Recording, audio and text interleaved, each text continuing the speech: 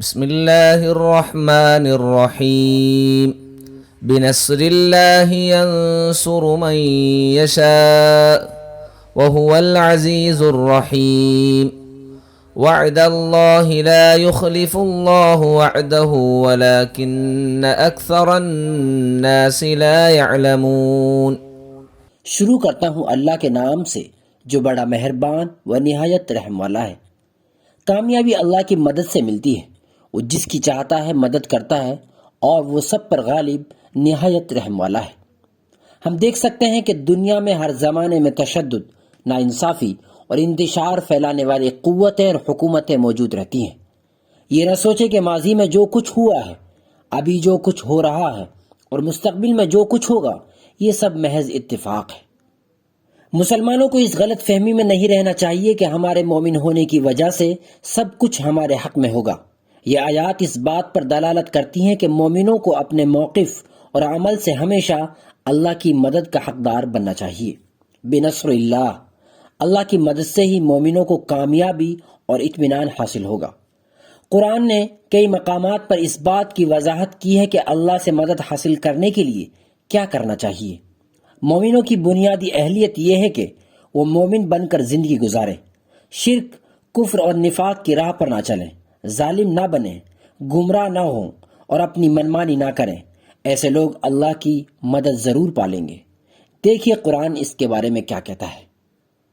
ان الذين يكفرون بآيات الله ويقتلون النبيين بغير حق وَيَقْتُلُونَ الَّذِينَ يَأْمُرُونَ بِالْقِسْطِ مِنَ النَّاسِ فَبَشِّرْهُم بِعَذَابٍ أَلِيمٍ۔ أُولَئِكَ الَّذِينَ حَبِطَتْ أَعْمَالُهُمْ فِي الدُّنْيَا وَالْآخِرَةِ وَمَا لَهُم مِّن نَّاصِرِينَ۔ جو لوگ اللہ تعالیٰ کی آیتوں سے کفر کرتے ہیں اور ناحق نبیوں کو قتل کر ڈالتے ہیں، اور جو لوگ عدل و انصاف کی بات کہیں انہیں بھی قتل کر ڈالتے ہیں، تو اے نبی انہیں دردناک عذاب کی خبر دے دیجیے۔ ان کے اعمال دنیا و آخرت میں بیکار ہیں اور ان کا کوئی مددگار نہیں ہے۔ قرآن ظالموں کے ساتھ سخت رویہ اختیار کرنے کے بارے میں حکم کرتا ہے۔ اگر ہم نے ایسا رویہ اختیار نہیں کیا تو ہم اللہ کی مدد سے محروم کر دیے جائیں گے۔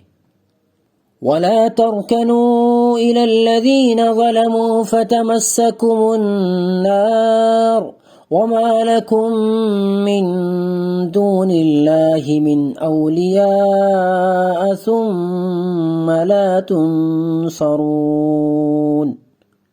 دیکھو ظالموں کی طرف ہرگز نہیں جھکنا، ورنہ تمہیں بھی دوزخ کی آگ لگ جائے گی، اور اللہ کے سوا اور تمہارا مددگار نہ کھڑا ہو سکے گا اور نہ تمہاری مدد کی جائے گی۔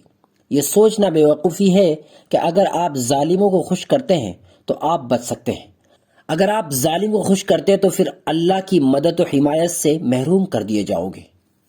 یا ایھا الذین آمنوا ان تنصروا اللہ ینصرکم ویثبت اقدامکم۔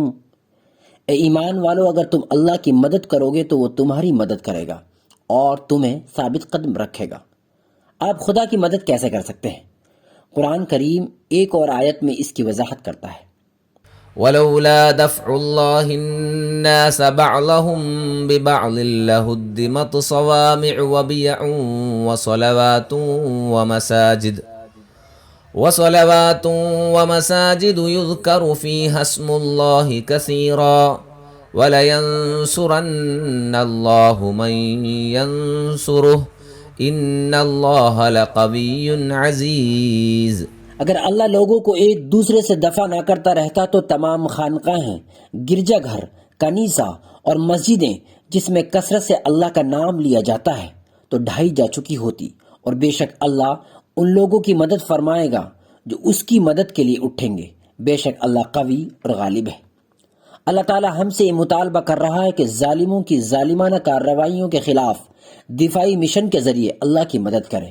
خدا ان لوگوں کی ضرور مدد کرے گا جو اس مشن اور ذمہ داری کو انجام دینے میں خدا کے مددگار بنتے ہیں۔ اگر اس طرح اللہ کی مدد مل جائے تو ڈرنے کی کیا بات ہے۔ إن ينصركم الله فلا غالب لكم وإن يخذلكم فمن ذا الذي ينصركم من بعده وعلى الله فليتوكل المؤمنون۔ اگر اللہ تعالیٰ تمہاری مدد کرے تو تم پر کوئی غالب نہیں آ سکتا، وہ تمہیں چھوڑ دے تو اس کے بعد کون ہے جو تمہاری مدد کرے؟ ایمان والوں کو اللہ تعالیٰ ہی پر بھروسہ رکھنا چاہیے۔ وعد اللہ لا يخلف اللہ وعدہ ولكن اکثر الناس لا يعلمون۔ اللہ تعالیٰ کا وعدہ ہے، اللہ تعالیٰ اپنے وعدے کے خلاف نہیں کرتا، لیکن اکثر لوگ جانتے نہیں۔ یہ اللہ کا وعدہ ہے کہ وہ تمہیں کامیاب کرے گا۔ اللہ اپنے وعدے کو کبھی نہیں توڑتا، لیکن یہ ایک حقیقت ہے کہ اکثر لوگ سمجھتے نہیں ہیں۔ دشمن چاہے کتنا ہی طاقتور کیوں نہ ہو، اس کے ہتھ کنڈے، منصوبے اور چالیں کتنی ہی بڑی کیوں نہ ہو، حالات کو الٹنے اور غیر متوقع ہونے میں زیادہ وقت نہیں لگتا۔ اس سے کوئی فرق نہیں پڑتا کہ مظلوم کتنے چھوٹے یا کمزور ہیں۔ ایران پر روم کی فتح اس کی گواہی دیتی ہے۔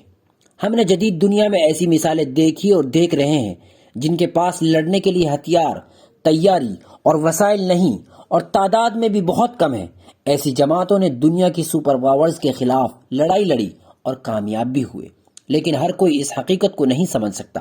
اللہ تعالیٰ اگلی آیت میں اس کی وجہ بیان فرماتا ہے، يَعْلَمُونَ ظَاهِرًا مِّنَ الْحَيَاةِ الدُّنْيَا وَهُمْ عَنِ الْآخِرَةِ هُمْ غَافِلُونَ۔